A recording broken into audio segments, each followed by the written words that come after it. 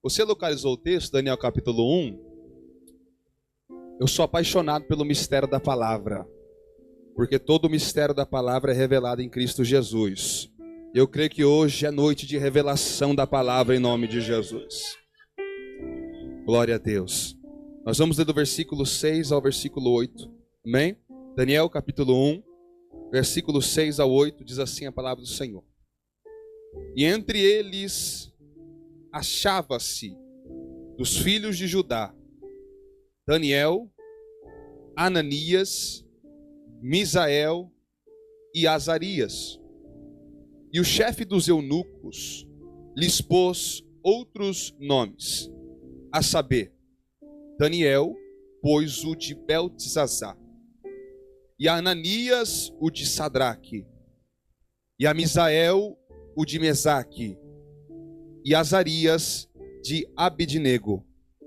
E Daniel propôs no seu coração não se contaminar com a porção das iguarias do rei, nem com o vinho que ele bebia.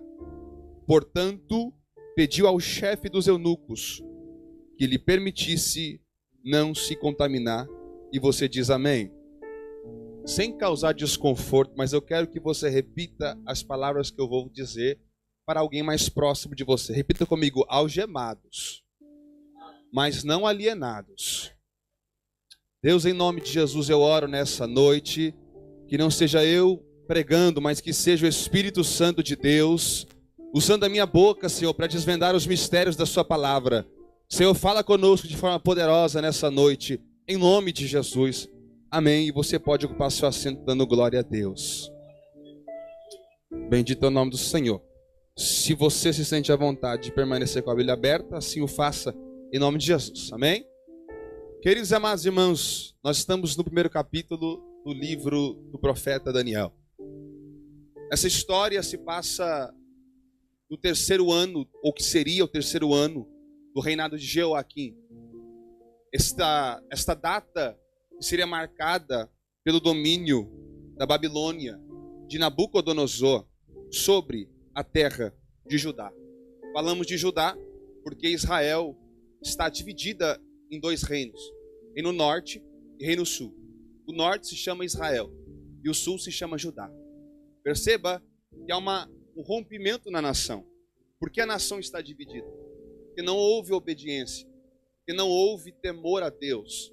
E o povo preferiu se contaminar.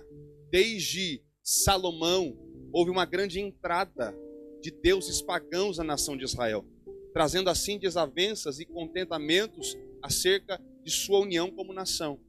Perceba que a nação de Israel ela é dividida. E nós sabemos bem, segundo a luz das Escrituras, que um reino dividido, ele não subexiste. O que significa isso, Samuel? Deus não está no meio da divisão. Aliás, Deus nunca estará no meio de uma divisão, de um povo que foi estabelecido por Ele. Deus não está em divisão. É por isso que o nome desse congresso é o Congresso da Uma Fé, União de Mocidade do Avivamento da Fé. Quando não se há união, há divisão, mas Deus não está na divisão, Deus está na união. E como eles se afastaram de Deus, houve o rompimento da nação. E nesse ponto, o rei Jeoaquim perde para Nabucodonosor e Judá é tomada pela Babilônia. Judá é tomada pelo poder de Nabucodonosor. Inclusive, do versículo 3 ao versículo 4, nós percebemos que a Babilônia não quer somente manter o povo de Judá como escravo, mas querem usufruir das obras de suas mãos. Perceba comigo o versículo 3. E disse o rei a Aspenaz, chefe dos eunucos, que trouxesse alguns dos filhos de Israel e da linhagem real e dos príncipes, jovens em que não houvesse defeito algum, de boa aparência, instruídos em toda a sabedoria, e doutos em ciência, e entendidos no conhecimento, e que tivesse habilidade para assistirem no palácio do rei, e que lhes ensinassem as letras e as línguas dos caldeus. Eu entendo aqui que o governo babilônico quer usufruir o que há de melhor da escravidão dos hebreus. Eles querem se aproveitar do seu inimigo que foi derrotado para o ajudar na constituição do reino da Babilônia. Sabe o que eu acho interessante aqui? Nabucodonosor não despreza o talento que há nesse povo hebreu. O rei Nabucodonosor, ele tem convicção que há potencial, que há qualidades, que há virtudes no povo que veio como escravo. E sabe o que eu acho interessante, e nós como igreja precisamos compreender isso? O inimigo nunca vai atacar quem não é promissor. Eu vou repetir isso para gravar no seu coração. O inimigo nunca vai atacar quem não é promissor. Quem não tem potencial para ser uma futura ameaça. O inimigo sempre vai atacar. O inimigo das nossas almas sempre vai atacar quem tem potencial na obra de Deus. Uma certa feita, com 16 anos de idade, levantou-se um povo contra a minha vida, o meu ministério. Quando eu tive uma reunião com meu avô, o pastor Jair, ele disse para mim: Samuel, fique em paz, você está no lugar certo. Porque se todo mundo tivesse calado, algo de errado estaria acontecendo. Porque só ataca o inimigo quem tem potencial. Nabucodonosor vê potencial nestes jovens. E vê que eles poderiam sim ser uma futura ameaça. Então ele quer amarrar esses jovens com ofícios. Perceba que no reino de Deus, nós não somos chamados para nos defender. Pelo contrário, nós somos chamados para atacar. Não é nem contra-atacar, é atacar. Jesus, é um rápido parênteses, na Cesareia de Filipe, Mateus capítulo de número 16, ele está falando com seus discípulos e após a confissão de Pedro, Jesus disse: bem disseste, Pedro, porque não foi nem carne nem sangue que te revelou, mas foi o próprio Pai que te revelou. E digo que és pedra, e sobre esta pedra edificarei a minha igreja, e as portas do inferno não prevalecerão contra ela. Perceba que para as portas do inferno não prevalecer, a igreja não tem que se defender, a igreja tem que atacar, porque Deus nunca te chamou para se defender do inimigo, Deus te chamou para arrombar as portas do inferno. Eu tenho uma palavra profética para liberar sobre uma fé da Bélgica. Deus te chamou para arrombar as portas do inferno. Eu não quero saber qual é a tentação sobre a sua vida. Eu não quero saber qual é a Babilônia que você tem enfrentado. Deus não te chamou para ficar à defensiva. Mas Deus me chamou lá da América para vir para a Bélgica, para lembrar para alguém se ativar. Porque Deus te chamou para uma guerra, para atacar, para avançar. Você tem potencial na obra de Deus. Aleluia. Bendito é o nome do Senhor. Fechando parênteses, Nabucodonosor então estabelece isso sobre o chefe dos eunucos. E a primeira coisa que Nabucodonosor quer fazer com esses jovens é mudar o nome. Porque é isso que o inimigo quer fazer com os nossos jovens, mudar a nossa identidade. Perceba, Daniel significa meu juiz é Deus. Ananias, Jeová é gracioso. Misael, quem é como nosso Deus? E Azarias, Jeová ajudou. Perceba que a identidade desses 4 homens que a Bíblia traz à luz são jovens com identidade de glórias a Deus. São jovens com uma identidade de adoração a Deus. E quando eles chegam na Babilônia, Nabucodonosor estabelece uma mudança de nome para cada um deles. Daniel recebe o nome de Beltesazar, que significa a senhora Bel protege o rei. Bel, que é uma deusa pagã.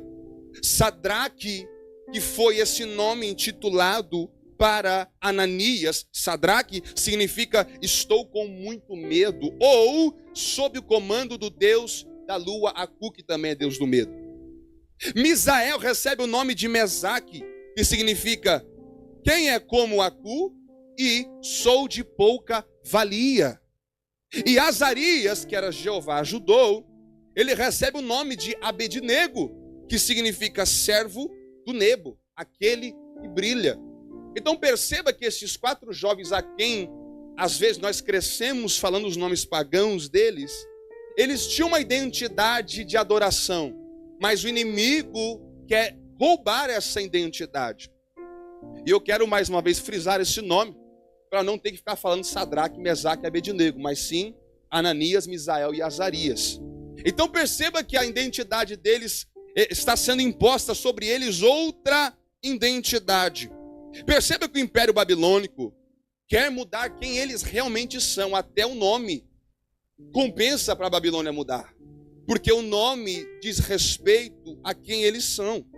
E o diabo sempre vai querer descaracterizar a sua principal marca. Qual que é a minha principal marca, pastor Samuel? É a imagem de Deus. Gênesis capítulo 1, versículo 26, a Trindade se junta e diz: façamos o homem segundo a nossa imagem, conforme a nossa semelhança. Eu quero lembrar que você tem tanto potencial, que Deus na criação, Ele somente comandou com a voz, mas quando Ele foi te criar, Ele usou as próprias mãos para te criar. Perceba que o sol Deus comandou, a lua Deus comandou, a terra Deus comandou, as águas Deus comandou, os animais Deus comandou, dia e noite Deus comandou, mas a mim e a você, Deus criou com as próprias mãos. Eu e você somos a imagem de Deus, e é por isso que temos potencial, porque nós somos seres potencializadores de carregar a glória de Deus na nossa face. Perceba Marcos capítulo 5, quando Jesus atravessa para o outro lado, para Gadara, ele encontra um endemoniado, e esse endemoniado era carregado de legião de demônios. E sabe o que o demônio fazia com ele? Fazia ele se cortar. O demônio fazia ele ficar acordado de noite. O demônio fazia ele habitar em covas e em sepulcros. O que é isso? O demônio quer descaracterizar quem ele é. Ele é vivo, mas o demônio quer colocar ele na sepultura. Ele é a imagem de Deus, mas o demônio quer fazer ele se cortar até ele ficar desfigurado. Essa é a arma que o diabo quer usar contra nós. Ele quer tirar aquilo que deixa a marca de Deus em nós, que é a nossa identidade. Perceba, não querem só mudar o nome. Agora os babilônios começam a ensinar, o Império Babilônico começa a ensinar e mostrar a ciência, mostrar a mitologia, a literatura babilônica, para esses jovens estarem conceituados com a cultura da Babilônia, com o dia a dia da Babilônia, com as bases babilônicas de se viver. E quando se estabelece essa cultura, eles também não querem mudar só a identidade, eles não querem mudar só o intelecto, mas eles também querem mudar o paladar. Perceba que o capítulo 1 de Daniel nos diz que a sua comida viria da mesa do rei. A comida não seria preparada da cozinha e levada para os jovens. A comida seria feita e entregue da mesa do rei. Redobre sua atenção, por gentileza. Perceba, eu quero trazer à luz das Escrituras, versículo 5, e o rei lhes determinou a porção diária das iguarias do rei e do vinho que ele bebia. Ou seja, o que o rei come, eles devem comer. O que o rei toma, eles devem tomar. Só que, sabe o que eu acho interessante? Eu acho interessante é que essa aceitação ou não aceitação do alimento, até então não tinha essa opção, era imposta. Daniel, como bem lemos, ele sente no coração de não aceitar isso. E Daniel acha graça com o chefe dos eunucos para não aceitar esse tipo de alimento. A não aceitação do alimento, redobre sua atenção, é muito maior do que somente uma impureza cerimonial da crença judaica. Por quê? O que você está falando, pastor Samuel? Estes jovens não poderiam comer esse tipo de comida. Estes jovens não tinham em sua lei para comer esse tipo de carne. Eles não comiam esse tipo de comida. Então, ao comer da mesma comida do rei Nabucodonosor, eles se contaminariam segundo a sua religião, que era judaica. Agora perceba que a carne e o pão eram consagrados aos deuses. A carne e o pão eram consagrados aos deuses. E Daniel, ele se propôs no coração de dar uma proposta para o chefe dos eunucos. Olha, que tal podermos comer legumes e tomar água? Não quero tomar vinho, não quero comer do pão e não quero comer dessa carne. O que eu entendo aqui? A pergunta que surge é, se o pão e a carne são consagrados aos deuses pagãos, por que os legumes não seriam também consagrados? E por que até mesmo a água não seria consagrada? É porque o que estamos trabalhando aqui não é questão da comida ser pecado ou não ser pecado. A Bíblia nunca nos diz que a carne da mesa de Nabucodonosor é pecado. A Bíblia nunca nos diz que o pão que vem da mesa de Nabucodonosor é pecado. Até porque se a comida é consagrada, os legumes também são consagrados. Ou por acaso o brócolis é mais santo do que o pão? Ou por acaso a cenoura é mais santa do que a carne? Não! Todas as comidas desse lugar são consagrados a deuses pagãos. Até os seus nomes são consagrados a deuses pagãos. Então por que não a comida também não seria? Seja ela carne, pão ou legumes. Mas sabe o que eu entendo aqui? A decisão aqui é maior do que uma agenda religiosa, é um posicionamento. O que é isso, pastor Samuel? Eles não querem comer da carne e do pão, não porque é pecado, é porque eles não querem se submeter a comer daquilo que vem da mesa do rei. E aqui nós começamos a nossa trajetória nessa noite, porque muitas vezes nós estamos em contextos onde o que vamos fazer não necessariamente é um pecado, mas nós não nos atentamos qual é a fonte daquilo que nós estamos recebendo. Os legumes também são consagrados. A diferença é que Daniel e Azarias, Misael e Ananias não querem comer aquilo que vem do rei. Eles não querem comer daquilo que vem da mesa do rei. Eles não querem se igualar às iguarias do rei. Agora perceba isso aqui. Eu repito, a decisão não é uma agenda religiosa. Não é algo espiritual, é um posicionamento. É um posicionamento de resistência. Nós estamos na Babilônia, mas daquilo que vem da mesa do rei eu não vou comer. Daquilo que o rei come, eu vou comer totalmente ao contrário. Porque eu não quero ser como o rei. Eu não quero ser como os poderosos do Império Babilônico. Eu sou diferente. E é por isso que eu vou resistir, porque eu não vou comer. Não por meritocracia de pecado ou não, mas simplesmente se o rei faz uma coisa, eu faço outra, porque eu não sou nada a ver com o rei Nabucodonosor. Ó, versículo 8, Daniel propôs no seu coração não se contaminar com a porção das iguarias do rei, nem com o vinho que ele bebia. Perceba que ele não quer chegar na mesma iguaria, no mesmo nível que o rei. Ele está dizendo, eu não como aquilo que o rei come. E a nossa posição acerca da resistência nos dias atuais é: eu não como aquilo que o rei desse século come. Nós não somos iguais. Perceba, você está nesse congresso aqui, jovem, você tem que ter a convicção que você não pode ser igual a quem está no mundo. Aleluia. Alguém pode dizer, pastor Samuel, mas por acaso ter uma conta no Instagram é pecado? Não. Ter uma conta não sei aonde é pecado? Não. Usar um tênis diferente, um sapato, um penteado, não é pecado. A diferença é, você quer ser igual a quem é da Babilônia ou não? Deus me chamou e te chamou para ser diferente. Então tem coisas na sua vida que não vai ser pecado você fazer, mas você vai olhar e dizer assim, eu sou diferente, então não me importa se é pecado ou não é pecado. Se eu sou diferente, eu vou viver diferente, eu vou me vestir diferente, eu vou falar diferente, eu vou viver diferente.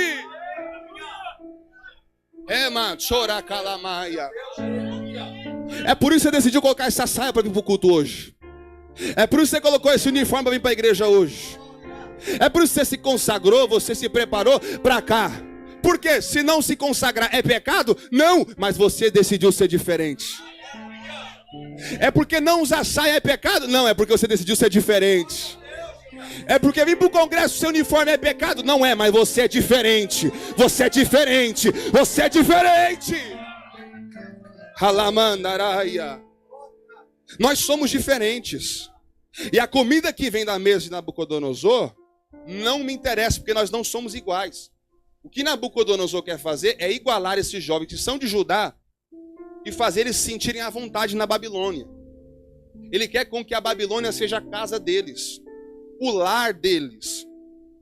E eu quero aplicar para a sua vida aqui nessa noite, que o mundo, ele vende uma liberdade, mas é uma liberdade que ela é falsa. O mundo vende uma falsa liberdade. E sabe o que eu acho interessante aqui? Eu quero liberar isso sobre a sua vida. A escravidão porque esses meninos eram escravos. A escravidão não começa com algemas nos pulsos, mas com a alienação na mente. Vou repetir. A escravidão não começa com algemas nos pulsos, mas alienação na mente. Muitas vezes você vive uma vida de liberdade. Você não está preso, você tem o direito de ir e vir, mas a sua mente está alienada. A sua mente está contaminada. E você, sem perceber, você está vivendo uma escravidão, achando que está livre. Então é isso que o inimigo quer fazer. Ele quer alienar a sua mente. Ele quer estagnar a sua mente. E é por isso que o apóstolo Paulo escreve no capítulo 12 da carta aos Romanos, para nós não nos conformarmos com esse mundo, mas sermos transformados pela renovação da nossa mente. Por quê? O inimigo está atacando muito jovem na mente. Às vezes você diz assim: não, pastor Samuel, eu sou livre, eu tenho um documento europeu, eu posso ir e vir na hora que eu bem quiser. Mas no mundo espiritual você está preso, meu filho. No mundo espiritual você está amarrado, porque o mundo te vende uma falsa liberdade. E você pode comer o que você quiser, ir para onde você quiser, mas a sua mente denuncia que você está alienado. Esses jovens têm talvez até algemas, ou cordas, ou estão sob supervisão, mas a mente deles é liberta. Aleluia, bendito é o nome do Senhor. A mente deles é liberta. Já viu o ditado de um passarinho que cresceu na gaiola e quando deu a liberdade para ele voar, ele não sabia voar? Por quê? A mente dele já estava conformada de que ele era preso e não saberia voar. O que Deus quer trazer aos nossos corações nessa noite é o entendimento que você pode ir além, quando você entender que a sua mente é dominada pelo Espírito Santo. Você está no mundo, nós estamos, pastor Samuel, mas é difícil. Eu vivo num mundo que tem muitas atrativas, tem muitas tentações. Olha, a mensagem dele ou dela chega no meu celular, os convites vêm para mim, a vida, e eu não suporto, pastor Samuel. Você vai começar a suportar quando você entender que quem comanda é quem está na sua mente. Quem possui a sua mente nesta noite? Quem tem a palavra final na sua mente nessa noite? Derácia. Nós somos constituídos por algo chamado tricotomia. Tricotomia, nós tratamos por 3 colunas da nossa vida. Nós temos o corpo, nós temos a alma e nós temos o Espírito. Nota de rodapé: esse Espírito não é o Espírito Santo de Deus. Esse Espírito é o Espírito de vida. O mesmo que Ezequiel 37, Ezequiel diz: sopra Espírito. Esse Espírito é o Espírito da vida, é a marca de Deus. É onde denuncia que somos imagem e semelhança de Deus. Agora perceba: corpo, alma e Espírito. O Espírito é a natureza de Deus, ou seja, todas as suas inclinações para a obra de Deus, para a presença de Deus, é Deus falando com o seu Espírito. O seu Espírito é um instrumento de comunicação com os céus. O seu Espírito é um instrumento de comunicação com o Espírito de Deus e é por lá que ele trabalha. O corpo é a matéria, é o barro que Deus pegou na mão e formou. É a nossa carne, as nossas veias, são nossos sentimentos, são as nossas emoções. E a alma pode ser também falada como coração e também chamada como mente. A alma é onde temos o poder da nossa decisão. Tudo que chega na nossa mão, tudo que chega ao nosso encontro, é a alma que vai escolher que decisão vai tomar. E a alma tem 2 opções para inclinação: o corpo ou o espírito. A alma pode se inclinar para a carne ou pro espírito, ou seja, toda vez que você tem que tomar uma decisão, essa decisão chega para a sua alma, e a sua alma olha para a direita e olha para a esquerda, e ela quer escolher qual ela vai agradar, se é a carne ou se é o espírito, se é a carne ou se é o espírito. Então perceba, quando temos uma renovação na nossa mente, que é a alma, quando temos essa renovação, nós conseguimos pender as nossas decisões para aquilo que é espiritual. Agora, quando alguém não tem uma mente renovada, quando alguém tem uma mente alienada, o espírito dela está até morto. Espiritualmente falando, está morto. Por quê? tudo que vem para a alma é direto para o corpo. O que significa isso, pastor Samuel? As suas decisões, você só toma pela emoção. As suas decisões, você só toma pelo calor do momento. As suas decisões é o que vai me fazer sentir bem agora. O que vai ser de forma de bom gosto para mim agora. O que vai me agradar melhor agora. Isso, quando acontece isso, quando toda a base de decisão da sua vida é dimensionada somente em o que te faz bem, é porque o espírito não tem mais lugar na sua tricotomia. Mas quando nós temos uma mente renovada e não alienada, a proposta vem para a alma, a carne até grita, mas nós damos prioridade para o espírito. A pergunta que fica aqui hoje é: como é que está sua mente, alienada ou renovada? Como é que está sua mente, jovem, alienada ou renovada? Será que você consegue recusar uma saidinha?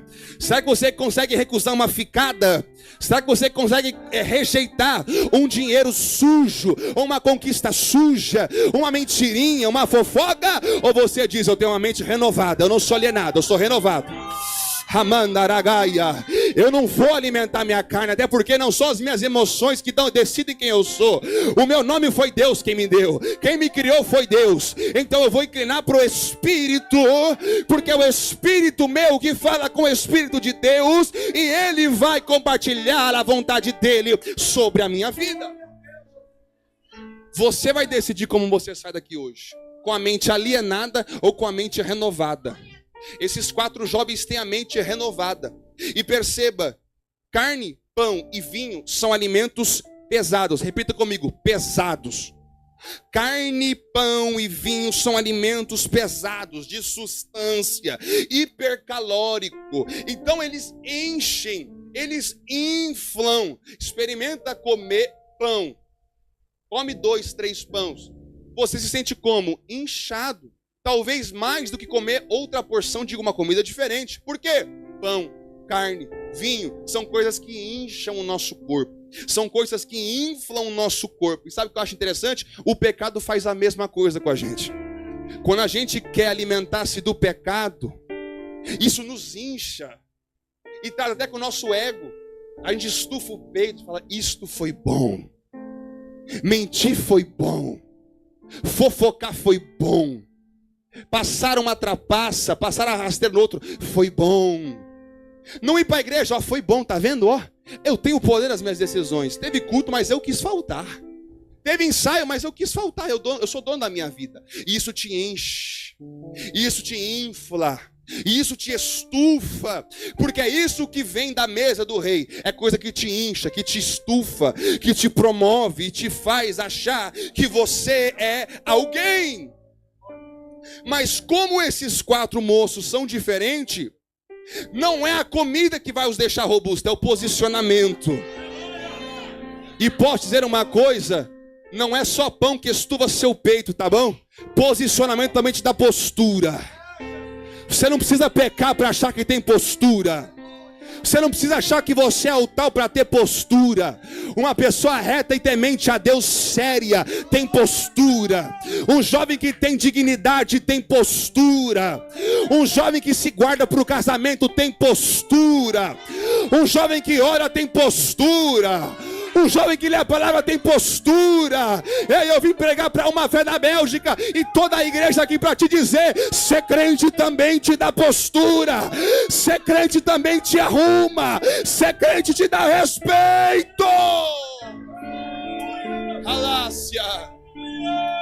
Não pense você que para você se sentir bem, você ser o tal, você ser aceito, você precisa fazer a mesma coisa que a Babilônia faz. Pastor Samuel, mas a Babilônia faz isso. Você está na Babilônia, mas você não veio da Babilônia. Pastor Samuel, a Babilônia fala palavrão, você não veio da Babilônia, você está de passagem na Babilônia. Pastor Samuel, a Babilônia dá uns goró, dá umas bebidas, mas você não é da Babilônia, você está de passagem. A sua morada é o céu. A sua residência é o céu. Você vai morar no céu. Aleluia. Tem coisas que mesmo não sendo pecado não te convém. Eu citei coisas que são pecado, Mas agora eu posso citar outras coisas que não são pecado, mas não te convém. Vestimenta. Tem vestimenta que não é pecado, só que não te convém porque você é diferente. E você não precisa usar uma saia curta acima dos seus joelhos para você ser valorizada ou ter postura. Você não precisa fazer propaganda do seu bíceps, estou falando com os jovens homens aqui agora, para mostrar que você tem postura. Postura vai muito mais além do que algo físico, mas é caráter. É caráter. Você pode dizer assim, mas pastor Samuel, nenhuma menina vai me querer se eu não tiver um tanquinho cheio de gominho. Pastor Samuel, nenhum homem vai me querer se eu não mostrar que eu sou bonita, que eu sou bela. Pastor Samuel, ninguém vai me convidar para os eventos, vendo que eu não estou ditado segundo a moda desse tempo atual. Pastor Samuel, mas não, eu preciso ser aceito, pastor Samuel. Você não precisa ser aceito. Você está na Babilônia, mas você não pertence na Babilônia. Não. Essas pessoas têm uma felicidade, uma liberdade que ela é falsa, porque estão levando elas para uma morte eterna. Mas você já sabe o seu destino, você sabe o seu lugar, você sabe que tem um lugar te preparado, te esperando. Então o que você vai fazer? Vai se ditar com o mundo ou vai dizer, eu sou diferente? Eu sou diferente, eu falo diferente, eu penso diferente, eu ando diferente, porque eu não sou alienado, eu sou livre, você é livre. Bendito é o nome do Senhor. O mistério da palavra é, a Babilônia não vai reinar sobre você. A Babilônia não vai reinar sobre você. 1 Coríntios capítulo 6, versículo 12. Todas as coisas me são lícitas, mas nem tudo me convém. Todas as coisas me são lícitas, mas eu não me deixarei dominar sobre elas. Percebe que tem coisas que você pode tocar, mas você diz, se eu tocar, isso vai me dominar. Tem coisas que você vê, por exemplo, muitas pessoas perguntam, pastor, por acaso beber é pecado? A Bíblia não diz que Jesus multiplicou a água em vinho? Pastor Samuel, por que eu não posso beber? A Bíblia nos diz, não vos embriagueis com vinho, aonde há contenda, mas sede cheios do Espírito Santo. Então quer dizer, pastor Samuel, que eu só beber um pouquinho, não vai ser pecado. Se eu der só um gole com os meus amigos, tá tudo certo, eu não passo vergonha, eu não fico bêbado e tá tudo certo. Agora eu quero trazer um exemplo para você. Se você sabe, vou fazer uma conjectura bem fácil para você entender. Você está na nação do Japão e o combinado hoje é, vamos para a praia, a gente vai nadar, a gente vai pegar ondas, só que você recebe no seu celular uma notificação de que vai haver tsunami. Você vai para a praia ou não? Por quê? Você pode entrar em perigo. Então, para você não passar perigo, você nem vai até o local.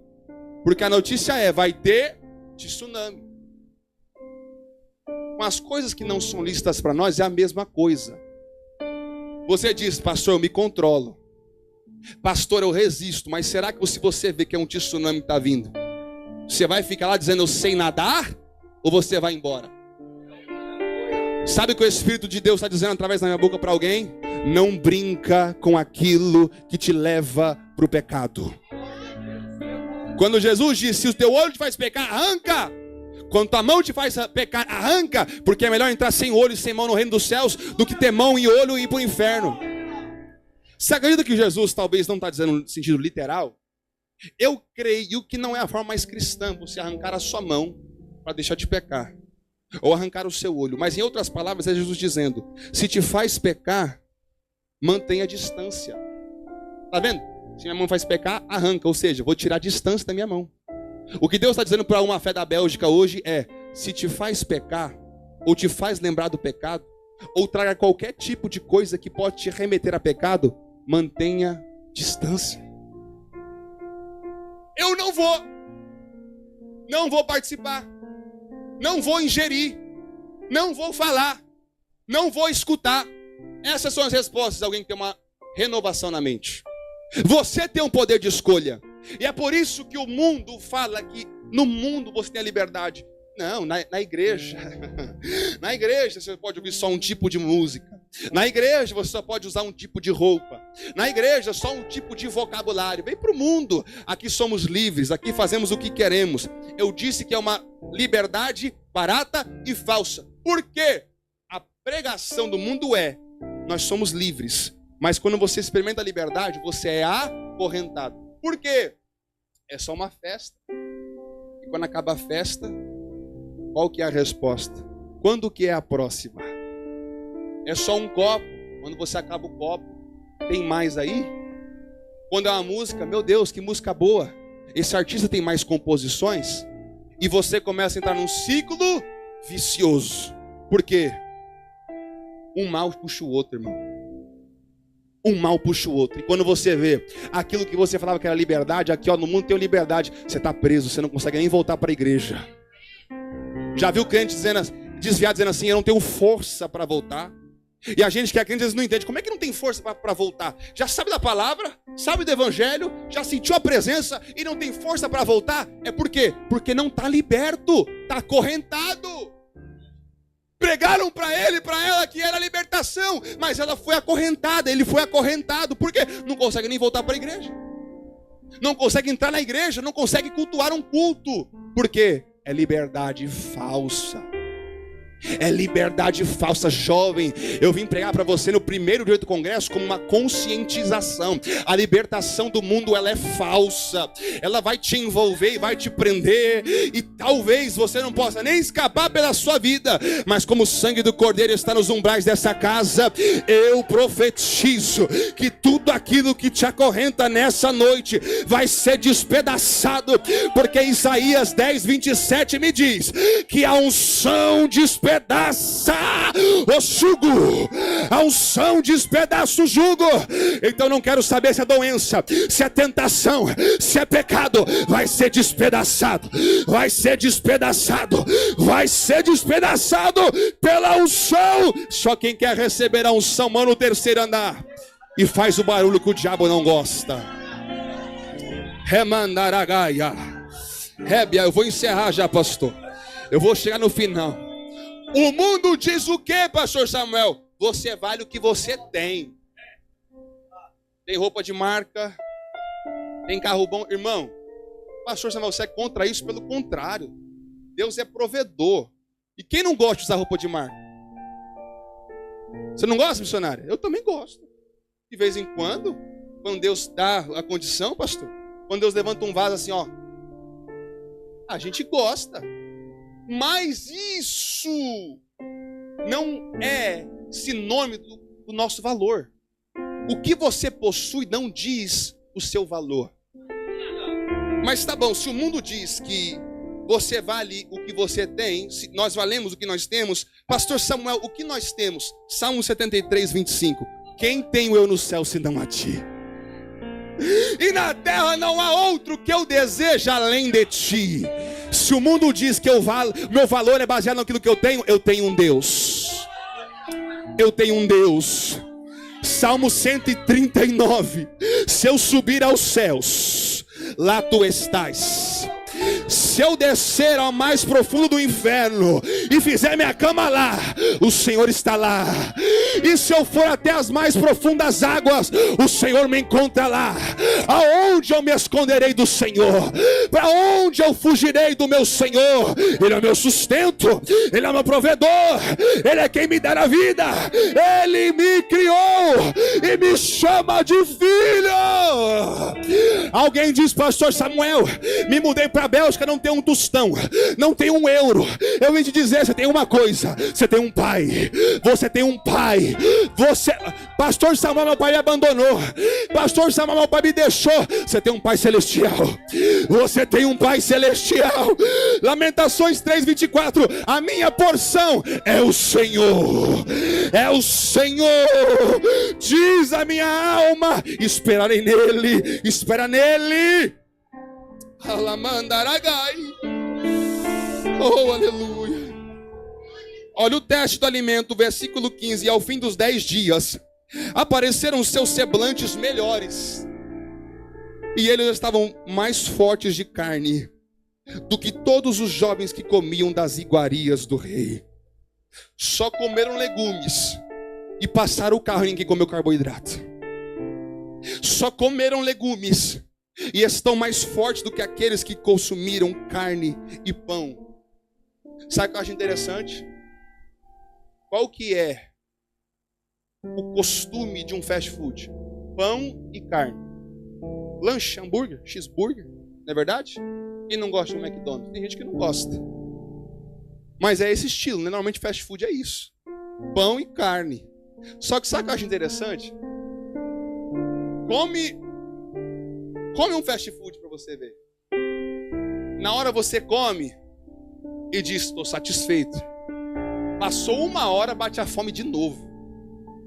Porque te enche, melhor dizendo, te infla, não te sustenta. Pedaço de pão e carne não vai te sustentar, só vai te inflar. E sabe o que acontece? Tem pessoas que querem viver de um fast food espiritual. Aquilo que vem rápido eu vou consumir. É tipo assim, tá no congresso desse, diácono Tiago, não orou, não consagrou, não veio nos ensaios, não fez nada. Aí chega no congresso, faz alguma coisa, Deus.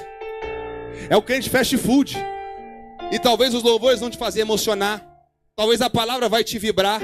Só que quando acabar o congresso, passou tudo. Por quê? Só te inchou, só te inflou, não te sustentou. Por quê? Não buscou antes. E eu quero fazer outra nota de rodapé. Eu vou acabar a pregação agora. Mas sabe o que eu acho interessante? Quando Jesus encontrava um doente, Jesus orava pelos doentes? A resposta é não. Jesus não orava por doentes. Se alguém pergunta por quê? Isso, obrigado por quem perguntou. Sabe por que Jesus não ora? Até domingo vocês vão entender a dinâmica. Por que Jesus não ora pelos doentes? Ele só declara a cura. Porque Jesus não ora? Não, porque ele orava antes. Quando Jesus opera a multiplicação dos pães e peixes, o que ele faz depois? Compra uma pizza para comemorar? Não. Os discípulos vão para o outro lado e ele vai para o monte orar. Ou seja, é um congresso como esse. E você diz, eu sei que eu vou receber, porque eu orei antes. Me preparei antes. Veio o cardápio do rei, mas como eu me preparo antes e eu oro antes, eu achei graça no eunuco e disse, eunuco, eu só quero legumes. Quando chega na hora H, no dia D, tá mais forte. Tá mais forte. Tá mais forte. Ah, meu Deus do céu, eu estou sentindo a graça de Deus nesse lugar. Deus está falando para alguém aqui nesse lugar. Para quem se prepara antes, vai receber, vai receber, vai receber, vai receber. Só quem quer receber nesse congresso. Só quem quer receber nesse congresso.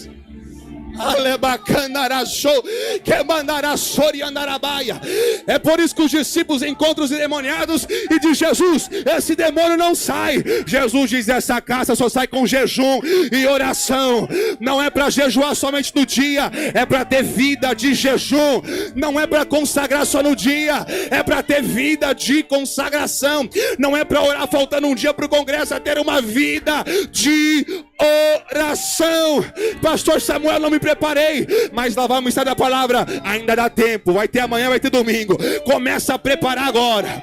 Prepara o organismo agora. Faz um detox espiritual aí, vai, isso. Deus arranca Deus.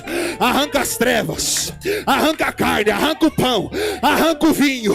Eu vou comer legumes, eu vou me preparar, porque nesse congresso eu vim para ser cheio. Quem vem para ser cheio? Quem vem para ser cheio? Quem vem para ser cheio? Deus vai fazer detox aqui nessa noite. Deus vai passar com uma hemodiálise espiritual nesse lugar. Vai arrancar aquilo que não é dele e vai te preparar para ser capacitado, para ser cheio da glória de Deus. Por que eles estão fortes? Porque a força não vem da comida, a força vem de Deus. A força deles não vem da comida, a força deles vem de Deus. 2 Coríntios capítulo 12. O apóstolo Paulo fala de uma visão. E quando ele volta dessa visão, ele vai ao terceiro céus. Ele vê a glória do céu. Ele vê coisas que a Bíblia diz que são inefáveis. Pastor, que palavra é essa? Inefáveis é algo que não dá para colocar em palavras humanas. Paulo vê coisas que nunca poderia ver como carne. E ele desce com um espinho na carne. E ele diz que o diabo esbofeteava ele. Meu Deus, quer dizer que ele foi para o céu. E a recompensa dele de ir para o céu é ser esbofeteado pelo diabo. Agora perceba. Ele diz, eu não aguento mais. Aí o que Deus diz para Paulo? Calma, Paulo. A minha graça, ela te basta. Porque o meu poder se aperfeiçoa na sua fraqueza. Alguém disse, se comer só legume vai ficar fraco. Alguém disse, só consumir o que tem aqui dentro vai ficar fraco. Não vai ter cultura, não vai ter entendimento, não vai saber o que é empreendedorismo, não vai saber o que é tradição. Eu quero lá saber, a minha força vem de Deus. A minha força vem de Deus. O presente cego quer nos vender ideias. Você precisa se provar. Você precisa mostrar quem você é. Não. Você tem que mostrar quem você é. Então você vai, você fala, você bebe, você ingere. Mas o meu Deus, Ele olha para minha identidade. Qual é a minha identidade? Eu sou filho. Eu sou filho. Eu sou filho. Eu sou filho. A liberdade da Babilônia é falsa, mas para quem resiste à Babilônia, versículo 17, quanto a estes 4 jovens, Deus lhe deu, vai recebendo conhecimento, inteligência em letras, sabedoria, entendimento em visão, em sonhos, versículo 20, em toda a matéria de sabedoria e de discernimento, sobre o que o rei lhes perguntou, os achou 5 não, 10 vezes mais inteligentes do que todos os magos da Babilônia. É Deus dizendo, a sua cultura você aprende aqui, sua ciência se aprende aqui, seu crescimento é aqui. Deus vai te levantar. Eu profetizo uma fé. Se você quiser, levanta a mão direita. Se tiver fé, levanta as duas. Eu profetizo, vai haver discernimento. Eu profetizo, vai ter sabedoria. Eu profetizo, vai ter universidade para você. Vai. Xandakaia, Alamashandarakalamaya. Quem te diz que não pode sonhar? Deus vai abrir a porta da faculdade para alguém aqui. Calamandarabaia. Pastor, já acabei de pregar, mas Deus me mostra uma visão. Shebia, Camandorocolia, ela mais como um rolo, como se fosse um rolo de diploma, pastor. Sabe o canudo? Quando você recebe o diploma, eu vejo um canudo sobrevoando sobre a igreja, juntamente com o chapéu de formatura, e grita a Deus no meu ouvido: eu estou abrindo portas de cursos técnicos, de universidades, de faculdade, para jovem que resiste. Deus vai abrir, Deus vai preparar as conexões, Deus vai preparar as alianças, Deus vai preparar as portas. Então o mistério da palavra é: pode sonhar. Deus vai honrar alguém nesse lugar. Deus vai honrar alguém nesse lugar.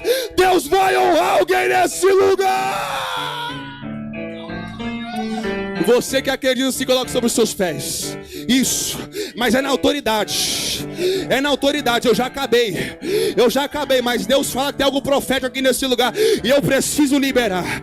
Nesse momento você vai fechar os teus olhos, nesse momento você vai abrir o seu coração, e nesse momento você vai receber o recado do céu. Deus diz para ir à fé de Bélgica nessa noite de sexta-feira: para quem resiste, não é uma, não são duas, são 10 vezes à frente, são 10 vezes mais.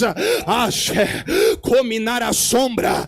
Deus prega na minha boca nessa noite que por esses dias você vai voltar para sua terra, ou para sua casa, ou para sua residência, e vão dizer: o que aconteceu com esse jovem? O que aconteceu com esse crente? Começou a fazer aula escondido, começou a ler livros, vai dizer: não, é porque eu decidi me posicionar, é porque eu decidi resistir, é porque eu decidi ser diferente. Ore comigo, Deus. Nós oramos agora, Senhor, por essa igreja, por esse povo, Senhor. Deus, em nome de Jesus, obrigado. Eu oro, Senhor, por esse povo. Eu oro por essa igreja em nome de Jesus. E eu profetizo, Senhor, um crescimento ainda na Babilônia. Alguém diz, como é que vai crescer em terra estrangeira? Como é que vai crescer na Bélgica? Como é que vai crescer em Portugal? Não é dessa terra, ou os pais não são dessa terra, não tem conhecimento, não tem documento, mas Deus diz, é na terra estrangeira que eu faço crescer. Só quem é espiritual vai pegar isso aqui. Deus está dando a unção do crescimento. Deus está dando a unção do crescimento. Deus está dando a unção do crescimento.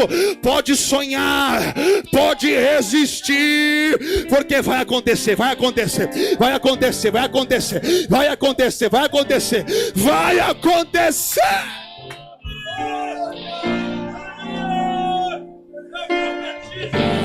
Isso. Acredita, crente. Isso. Oh, naragandarabacanaramaia. É para quem resiste. É para quem resiste. Louvor do meu coração. Dá lugar, dá lugar, dá lugar. Isso. Dos palácios não quero. Canta, jovem, canta, jovem. Isso. Socados do céu, só quem resiste, com o risco de morrer, pois o que lhe importa é lhe obedecer. Canta, canta. Senhor, não vou dividir a minha adoração, exclusivo é o meu coração. Vivo só pra ti, não abro mão do céu. Até diante da morte, prefiro ser fiel.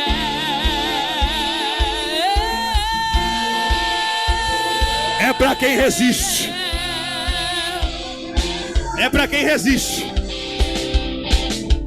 Nada pode intercalar o louvor do meu coração.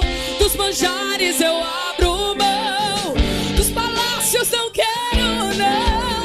Eis-me aqui como Daniel, com os olhos socados no céu, com o risco de morrer, pois o que me importa é lhe obedecer.